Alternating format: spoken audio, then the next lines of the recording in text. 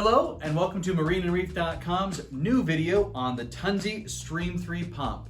Today's video is going to be a long-term review of this pump, and it's our first long-term review. We want to do more of these guys because you know that when you see a product review, it's oftentimes something where somebody opens that pump up, in this case, or light or whatever it may be. They turn it on, look at it for a week, and then that's it. But oftentimes I buy gear that I want to last many years. And let's face it, from that initial review video, it could work really good for a week, but will it still be around in many years?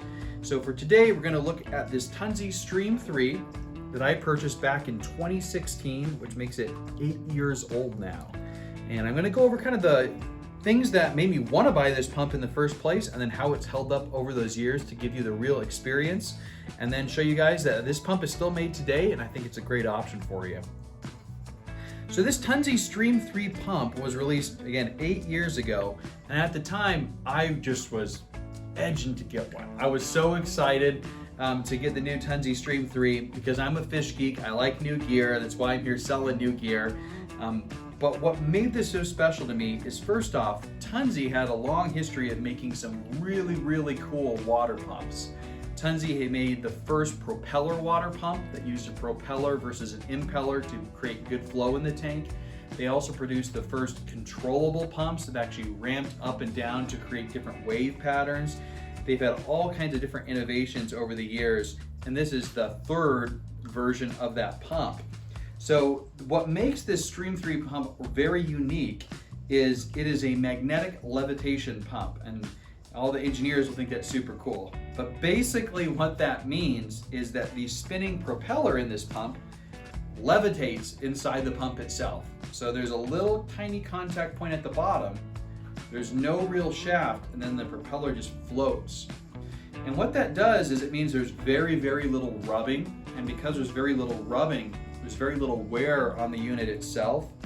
And also it's extremely quiet because rubbing is often what generates noise. So with this pump here, I can say this 4,500 gallon an hour power head is quieter than the little tiny protein skimmer in that nano tank next to me. This is just a ridiculously quiet pump. In addition to the beefed up electronics in the Stream3, there's also a cooling intake on the bottom of the pump. So in most propeller pumps, the bottom is basically sealed. So water is sucked in through the side intakes of the propeller, but there's no water getting in where the impeller is spinning. And that means that's a place where heat can build up, and that heat often causes damage.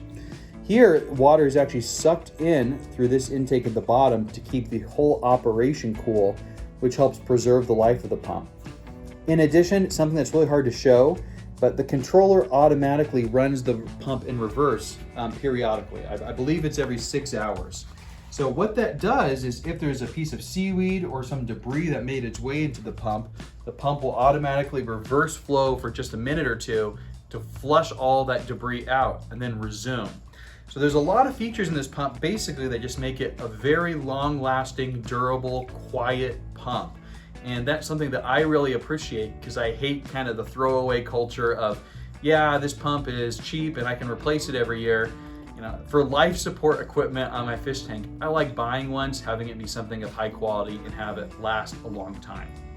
Now this pump is controllable, and it does have a built-in controller here. Now this controller has been around for 8 years because this is the same controller that's been on this pump since I bought it. And it's actually something that may be updated soon. But I'm told the new controller is going to preserve the features of this controller that I really like.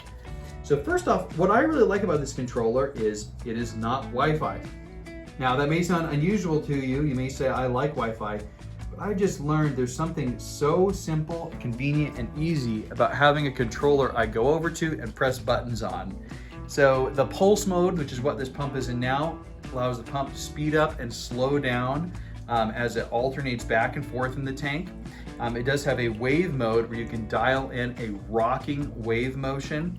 And then it has a port on the top of the controller that allows you to connect this pump to a more complicated external controllers. That could be a Neptune System Apex controller, it could be a CoralView Hydros controller, and then you can program any complicated flow pattern you'd like into the controller itself, or you can just run it in the basic mode.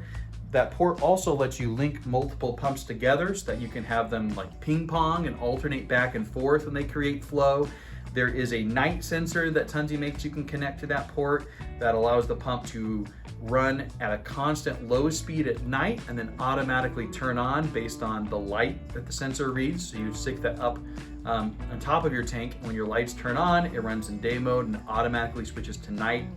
And I've come to really appreciate the simplicity of this controller.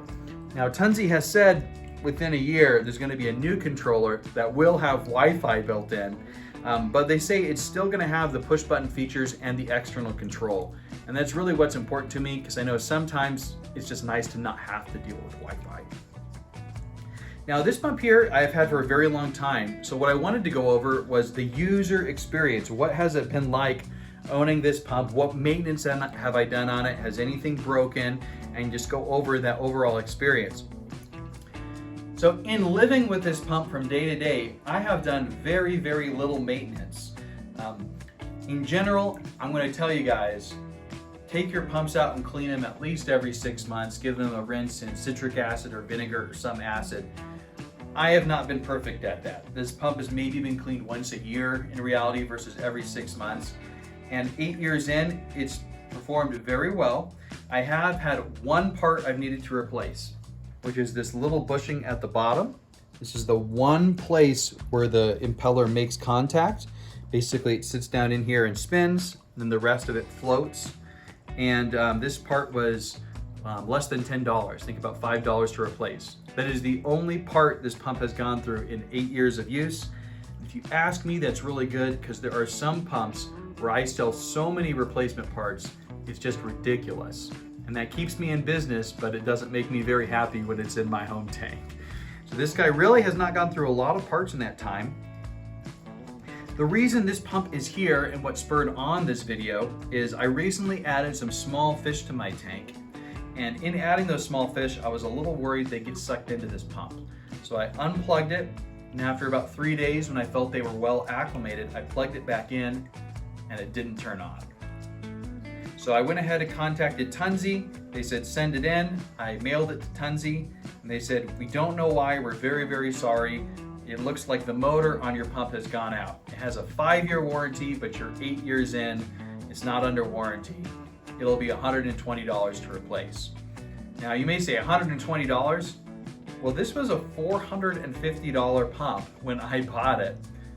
If another $120 gives me another 8 years, that is fantastic. I still don't have to just throw the pump away.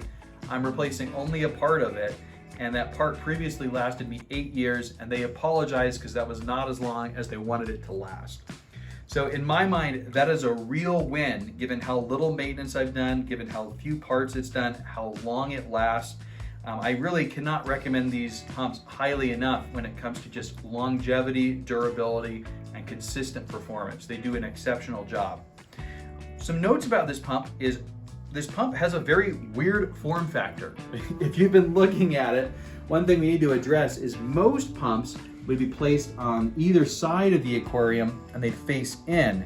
But this pump is designed to be placed against the back of the aquarium, typically in the corners, and either blow across the bare bottom or you would angle it up to blow across the side.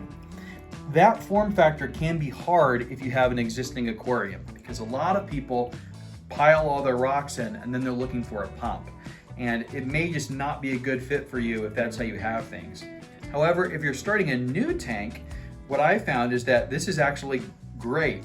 So at my home tank, I basically just stack the rocks in front of this pump. The pump blows behind it, and it creates a very good consistent water flow in that. The pump is completely covered and it's not a problem at all. So it does really help if you are setting this up on a new tank that you haven't scaped or placed your rocks in and you're kind of building it around it. But I do understand that it can be difficult for people who already have the rocks in place just to fit a pump like this in. This pump has 3 nozzles that come inside the box. The one I have on it is my favorite one, and it's the one I've been using. It's basically designed to create a ribbon of water. So because this is placed in the back of my home aquarium, that's where it's been sitting, it sends that ribbon of water across and then it loops back around. There is also an angle deflector that would put the flow forward. Usually when people use that, they'd orient this vertically and then have that flow directed over the rocks. And then there's another deflector that's a little bit more broad, but still laminar if you don't want quite as narrow of a flow. You can use those to put those in place, and again, generally with this pump, it's going to be on the back glass behind the rockwork. There are two versions of that Stream 3 pump that we have here, a Stream 3 and a Stream 3 Plus. People ask what the difference is, and it says so right on the packaging: stronger magnets. So literally the only difference is that this can fit thicker glass. So you just have to look at the description of the pumps, find out how thick your aquarium glass is, and determine if you need to buy the one with the stronger magnets for thicker glass, or the weaker magnets will be perfectly fine for you. I've been using this in a 75-gallon tank, and the base version without the strong magnets is perfectly fine for glass that thick.